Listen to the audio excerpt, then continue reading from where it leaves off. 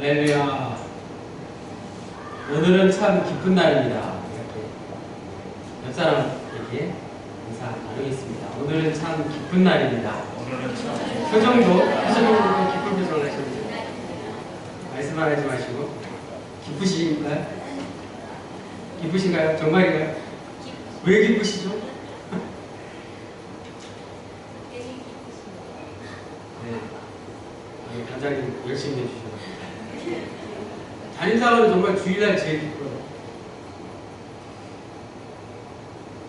자, 오늘 빌립보서 말씀이죠. 빌립보서 3장, 빌립보서 말씀은 4장까지 있는데 지금 여러분 가지고 계신 구세군 성경, 구세군 찬송 성경에 보면 표제가 나와 있죠. 빌립보서 옆에 뭐라고 되어 있나요?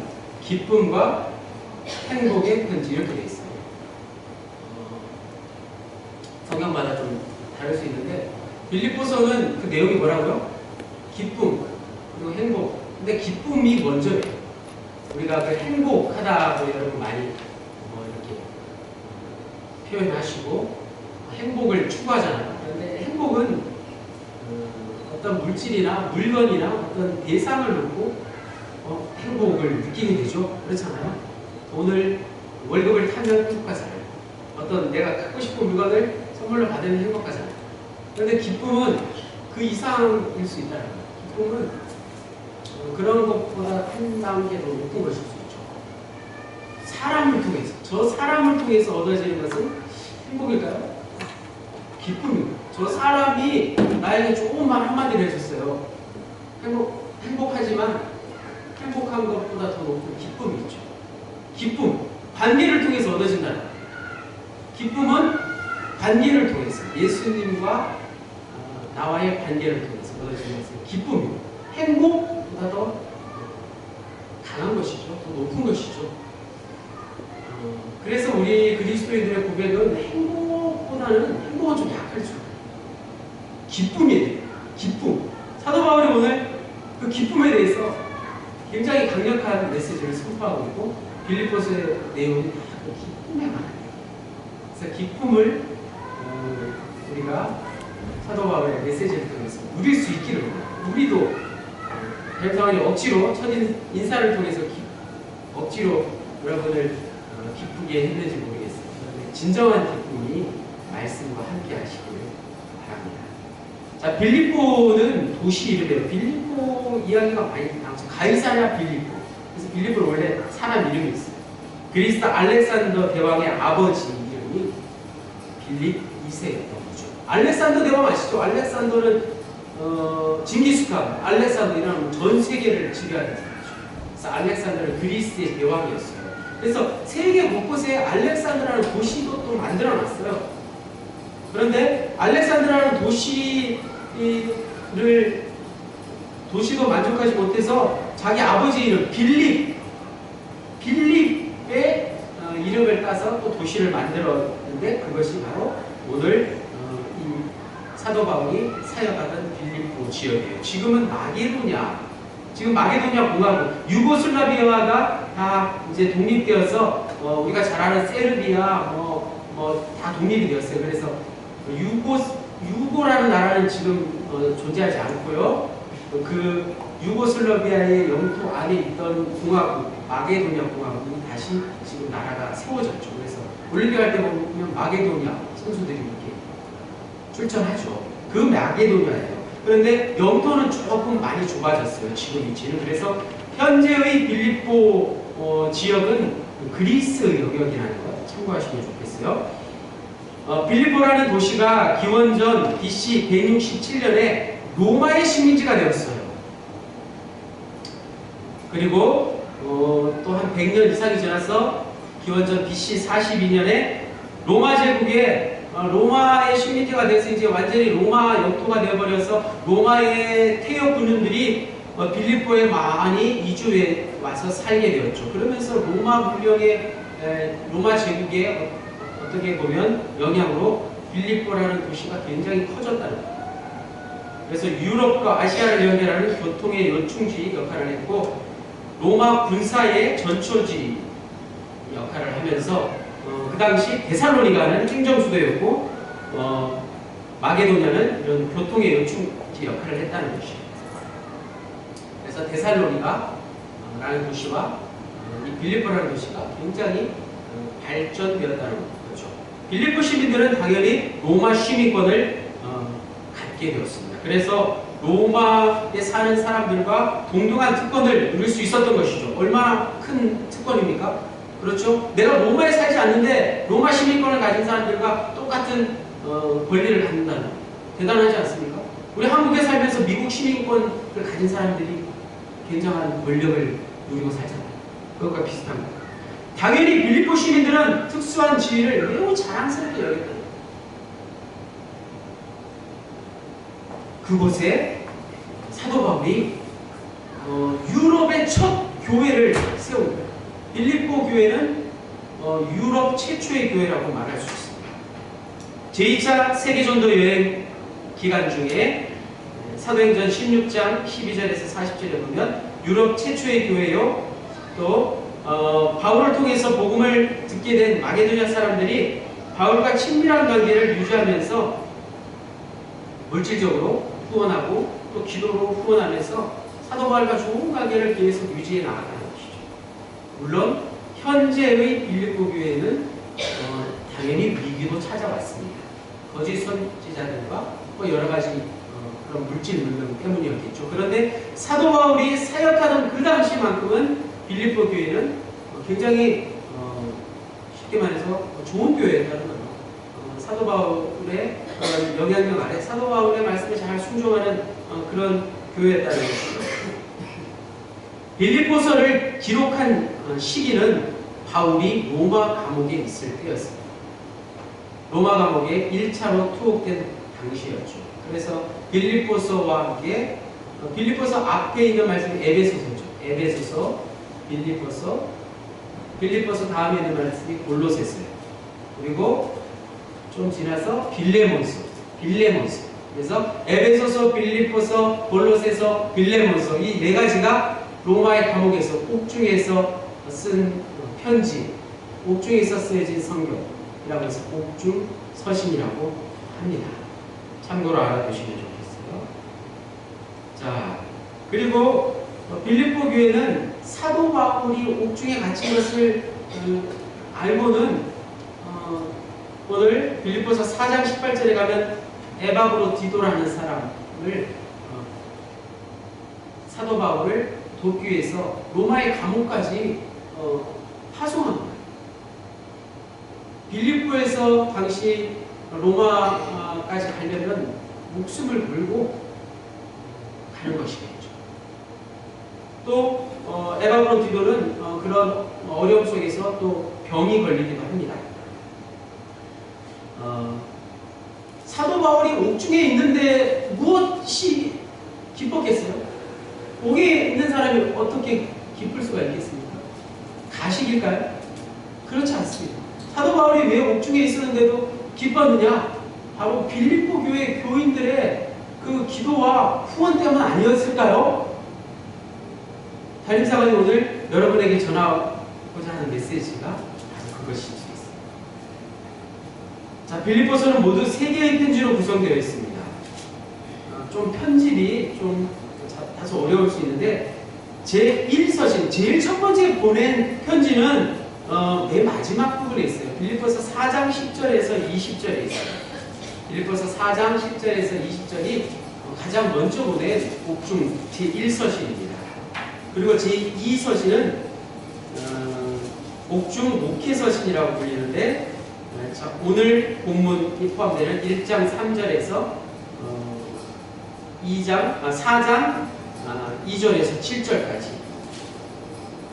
그리고 제3서신은 반대자에 대한 경고의 메시지를 간략하게 적은 서신으로 3장 1절 후반부터 4장 1절을 포함해서 4장 8절 9절까지 이렇게 짧은 내용이에요. 즉 빌립보서는 3개의 편지가 이렇게 편집으로 구성되어 있다.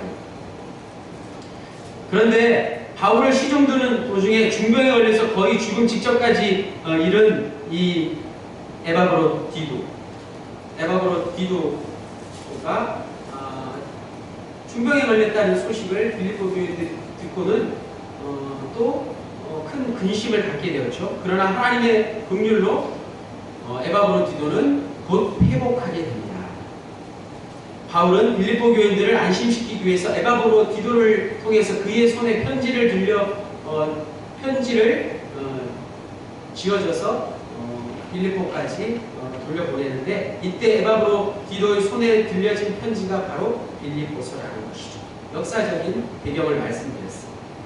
바울은 이 빌립보서 서신을 통해서 빌립보 교회가 그동안 자신에게 얼마나 큰 호의를 베풀었는지, 내가 비록 감옥에 갇힌 몸이지만 빌립보 교인들로 말미암아 정말 말로 할 수 없는 기쁨을 누리느라, 기쁨을 누리고 있다. 진심 어린 감사의 뜻을 전하고 있는 것입니다.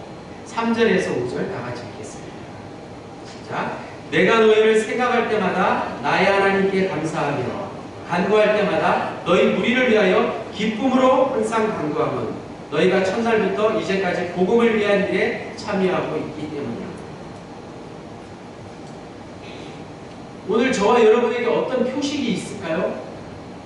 물론 구세군의 군복에 이런 살베이션의 약자 S자가 있고 여러 가지 표식이 있을 수 있죠. 학생들은 명찰을 다니지 않습니까? 배지 같은 걸 다니잖아요. 표식이죠.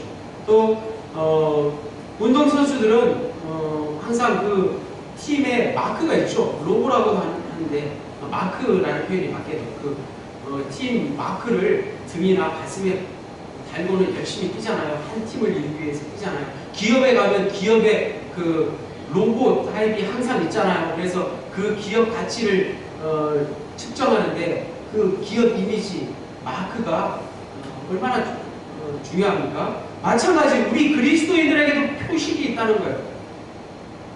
물론 군복을 입었지만 군복 말고 우리가 군복을 입지 않았을 때도 그 표식은 세상 사람들에게 드러난다는 것입니다. 무엇인가요?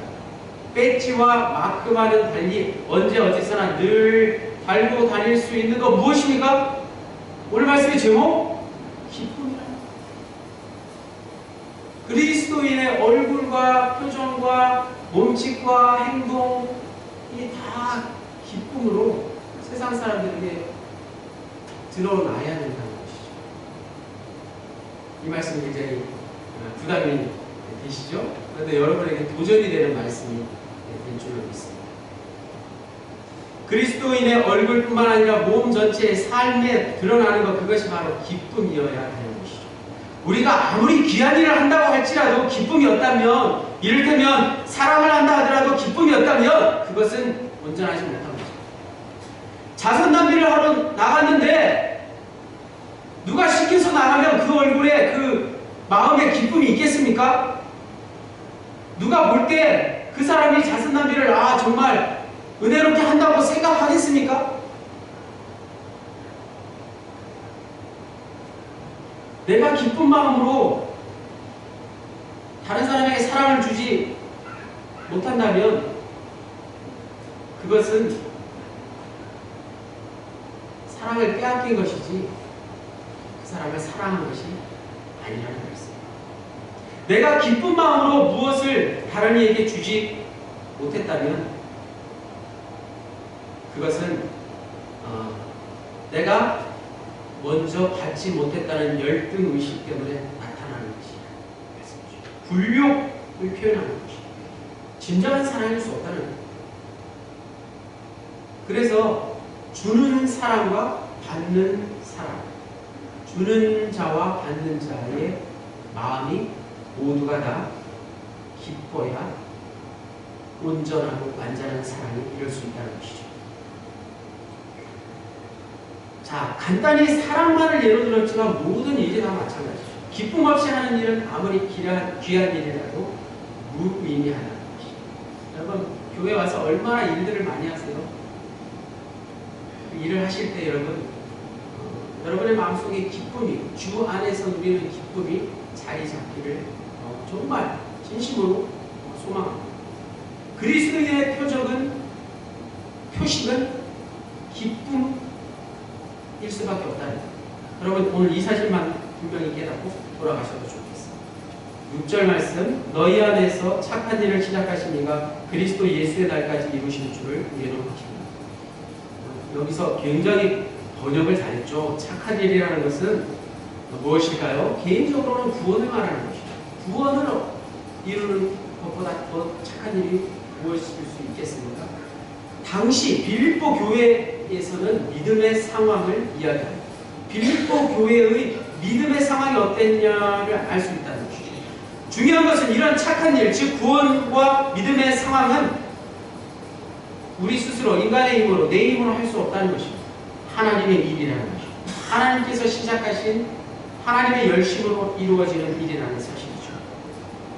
덧붙여서 바울은 그 착한 일을 시작하신 성령님께서 그리스도 예수의 재림하시는 그날까지 너희를 통하여 이루어 내실 그 일을 확실히 나는 믿노라 이렇게 선포하고 있습니다.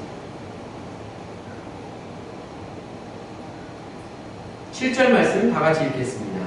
시작. 내가 너희 무리를 위하여 이와 같이 생각하는 것이 마땅하니 이는 너희가 내 마음에 있음이며 나의 매일과 복음을 변명함과 확정하되 너희가 다 나와 함께 은혜에 참여한 자가 됨이라. 자, 무리라는 말이 4절, 7절에 나오죠. 무리는 굉장히 좀 어감이 좋지 못하죠. 그래서 번역이 좀 잘못되지 않나 이런 생각도 합니다. 여기서 무리는 모든 사람을 말해요. 즉 빌립보 교회 교인 모두를 말해요. 누구 뭐 일 잘하고 믿음이 좋은 사람만을 뜻하는 게 아니라는 거죠. 우리 당진정문의 구루님들, 성도님들 한 사람 한 사람 모든 사람들에게 적용될 수 있는 말씀입니다. 빌립보 교회 성도들, 모든 성도들을 위해서 사도 바울이 말씀하고 있습니다. 바울이 확신을 갖게 되었다는 거예요. 그것은 빌립보 교회의 신앙이 하나님 앞에 자랑할 만한 소망적인 것이었다는 거죠. 어느 한 사람은 좀 삐딱하고 믿음이 적고 말을 안 들어서 그 사람은 빼고를 말하는 게 아니라는 거예요. 그래서 무리라는 굉장히 좀 거친 표현을 쓴 것 같아요. 우리 당진정문도 마찬가지죠.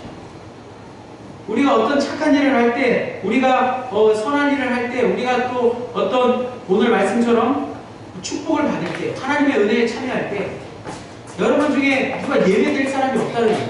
비록 이 자리에 함께하지 못하고 있는 사람들, 또 다 포함이 되어야 된다.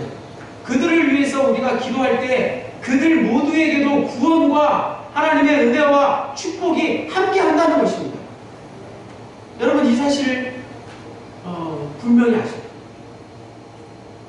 내가 누군가를 위해서 간절히 기도해서 내가 정말 믿지 않는 내 아들, 사랑하는 내 남편, 내 이웃 누군가를 위해서 정말 간절히 기도하면 간절히 중보하면서 주님 오시는 그날까지 기도해 보십시오. 그 사람이 교회에 나오지 않는다 할지라도 구원에 이르게 될 줄로 믿습니다.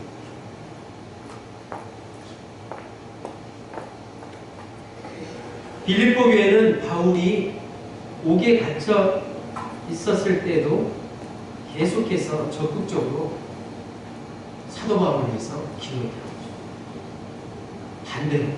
반대로 생각했습니다. 금식하면서 기도했다는 거죠. 서로 중보 기도를 통해서 주 안에서 기쁨을 누리게 됐다는 것입니다. 또 거기다가 에바브로 기도를 통해서 사도 바울을 돕기 위해서, 후원하기 위해서 선교 헌금을 보내고 또 전 세계로 복음을 증가하는 일에 중단이 없도록 사역을 도왔다는 것입니다. 놀라운 일 아닙니까? 우리 당진정문이 해야 할 일 아니겠습니까? 이 땅의 모든 교회가, 한국 교회가, 전 세계 열방의 모든 교회들이 이 일을 감당해야 되지 않겠습니까? 그래서 우리가 부정한 자선 낭비를 하는 것 아니겠습니까? 8절 말씀, 내가 예수 그리스도의 심장으로 너희 무리를 얼마나 사모하는지 하나님이 내 증인이십니다. 예수 그리스도의 심장, 또 굉장히 좀 어떻게 보면 강력한 단어들을 사용하고 있습니다. 굉장히 좀 거친 표현일 수는 있는데 예수 그리스도의 심장이 무엇이에요? 그리스도의 심장이라는 말은 예수님의 생각과 말과 행동을 그대로 본받자는 것이죠. 심장이 뛴으로써 가능한 일을 그대로 우리가 다 본받자라는 것이죠. 예수님의 심장이 어땠냐?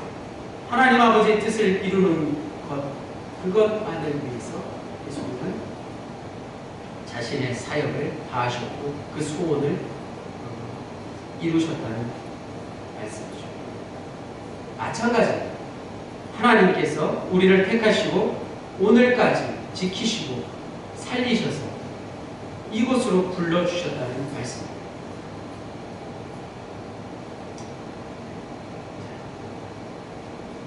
우리를 하늘 소망의 자녀로 하늘의 신령한 복을 누리며 살게 하시는 하나님 앞에서 우리도 예수님처럼 하나님을 더 잘 섬기고 더 기쁘게 해드리는 것이 바로 우리 인생의 소원이 되어야 할 것이고 삶의 목표가 되어야 할 것입니다. 그것이 그리스도의 심장을 본받는 것이라고 오늘 사도 바울이 말씀하고 있습니다. 자, 마지막 9절, 10절, 9절에서 10절까지 다 같이 한 목소리로 읽겠습니다. 시작. 내가 기도한다. 너희 사랑을 지식과 모든 총명으로 점점 더 풍성하게 하사 너희로 지극히 선한 것을 분별하며 또 진실하여 허물 없이 그리스도의 날까지 이루고 예수 그리스도로 말미암아 의의 열매가 가득하여 하나님의 영광과 찬송이 되기를 원하노라. 이 부분은 빌립보 교회를 위한 사도 바울의 중보기도죠. 중보기도의 내용을 그대로 소개하고 이렇게 사도 바울이 빌립보 교회들을 위해서 중보하며 기도했다는 것. 빌립보 교회들은 지식을 풍성하게 행하며 여기서 지식은 하나님을 아는 지식을 말하는 것이죠. 선한 것을 분별하는 눈을 가져야 거짓 교사들의 꼬임에 넘어가지 말아야 할 것이죠. 또 의의 열매가 가득해야 한다고 말씀하고 있습니다. 의의 열매는 의로운 행위에 의한 열매를 말하는 게 아니에요. 이것은 인간이 추구하는 그 어떤 열매가 아니라 예수 그리스도로 말미암아 하나님에 의해서 내려지는 은혜의 열매입니다. 의의 열매는 곧 은혜의 열매예요. 내가 의로워져서 내가 무슨 것을 잘하고자 하는 그런 열매가 아니라 나를 의롭게 하는 열매가 아니라는 것입니다. 하나님의 은혜를 내가 얼마나 많이 누릴 수 있느냐 그것을 말합니다. 하나님의 영광과 찬송이 되는 것을 말하는 것이죠. 종말의 때를 생각하면서 사도 바울에게 영광과 찬송이 심판의 자리를 대신하고 심판 대신에 영광과 찬송을 올려드리고 있다는 것이죠. 바울은 순진한 마음만 가지고 만숙한 사랑을 할 수 없다는 것을 이미 체험적으로 알고 있었습니다. 그래서 많은 적대자들을 대적할 수 있었죠. 그들과 논쟁하면서 상대방의 생각을, 적대자들의 생각을 더 정확하게 파악할 수 있었고 그들의 복음에 대한 해석을 분명하게 분석해낼 수 있었다는 것입니다. 그래서 적대자들을 이겨내고 복음을 지켜낼 수 있었다는 것. 사도 바울을 대적하는 많은 거짓 교사들, 거짓 선지자들이 있었지만 그들의 메시지는 오늘날까지 전해지지 않고 오직 사도 바울의 메시지만 진리로 남아서 오늘 우리에게 성경으로 남아있다는 것이죠. 그래서 지식이 총명해야 된다는 것은 세상 문제에도 우리가 간식을 가지고 진정한 사랑을 위해서 예술가적인 감수성도 또 이렇게 누리면서 세상의 문제를 자기 문제로 인식하면서 같이 아파하고 기뻐할 수 있어야 된다. 구세군 자선나비가 대표적인 것 아니겠습니까? 자, 오늘 말씀 주제는 기쁨이었다고 계속 말씀드려요. 주 안에서 누리는 기쁨. 관계를 통해서 누리는 기쁨이라고 말씀드렸어요. 수요 구령에 오셨던 분들은 본문하고 말씀이 거의 비슷해요.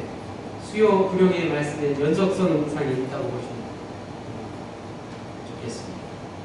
주가 내게 주신 기쁨이라고 말씀을 전했는데 솔직히 이 기쁨이라는 주제를 놓고 달장이 수요 구령의 수요 저녁 예배 말씀을 준비하고 또 오늘 주일 성경 예배를 준비하면서 얼마나 부담이 됐는지, 얼마나 담임상환이 큰 부담이었을까요? 왜냐하면 제가 항상 기쁘지는 않잖아요. 내가 과연 주 안에서 기쁨을 누리고 있느냐, 이 질문을 스스로에게 해보았을 때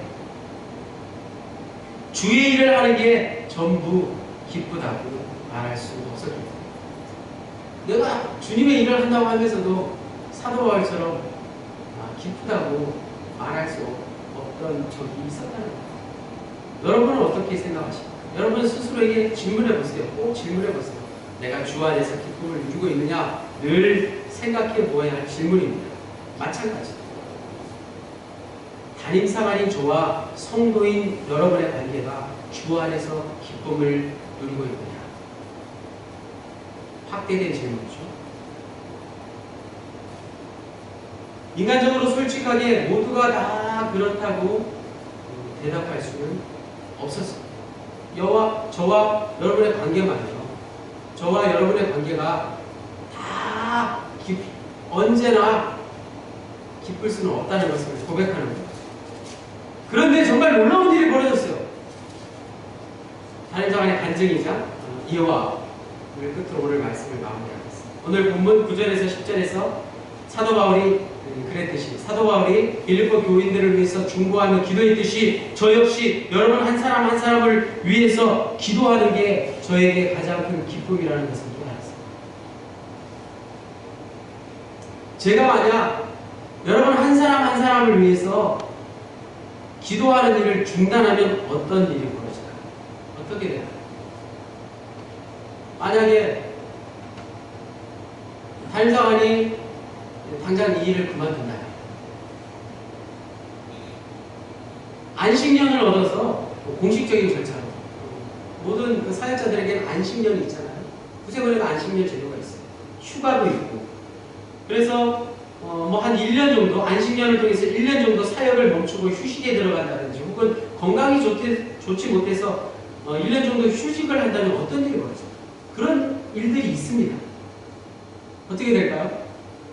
안식년을 얻거나 휴직을 해서 첫 번째 맞이하는 그 주일, 토요일 기쁘겠죠. 주일 준비를 힘들게 안 해도 되잖아요. 설교 준비를 안 하는 그런 해방감에 인간적인 기쁨을 누리겠죠. 얼마나 기쁠까요? 그런데 그 기쁨은 결코 오래가지 못할 것이라는 말씀.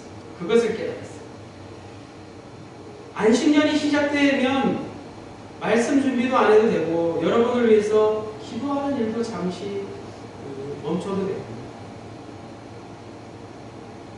이 육신의 피로함은 풀리겠지만 제 영혼의 고단함은 메워질 수 없을 것입니다.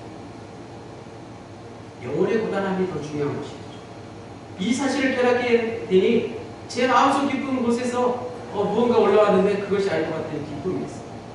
제가 이 사역을 여러분을 위해서 말씀을 준비하고 여러분을 위해서 중보하며 기도하는 사역을 계속할 수 있다는 이것이 얼마나 기쁩니까? 오늘 말씀을 준비하면서 담임상환이 깨달은 것입니다. 다시 말해서 제게는 매 주일 이 자리에 서서 여러분에게 말씀을 선포하고 또 새로운 말씀을 준비하는 시간이 가장 큰 기쁨. 그것은 어느 누구와도 바꿀 수 없는 기쁨. 말씀을 준비하는 게 얼마나 기쁜지 몰라요. 그 말씀을 여러분에게 전하는 것 역시 가장 기쁨이라는 것을 이 시간에 고백합니다. 여러분 한 사람 한 사람 때문에 지금 이 순간 제가 여기 이 자리에 서 있다는 정말 깨닫고 나니 정말 여러분에게 감사하고 기쁩니다. 여러분 한 사람 한 사람이 제게 가장 큰 기쁨입니다.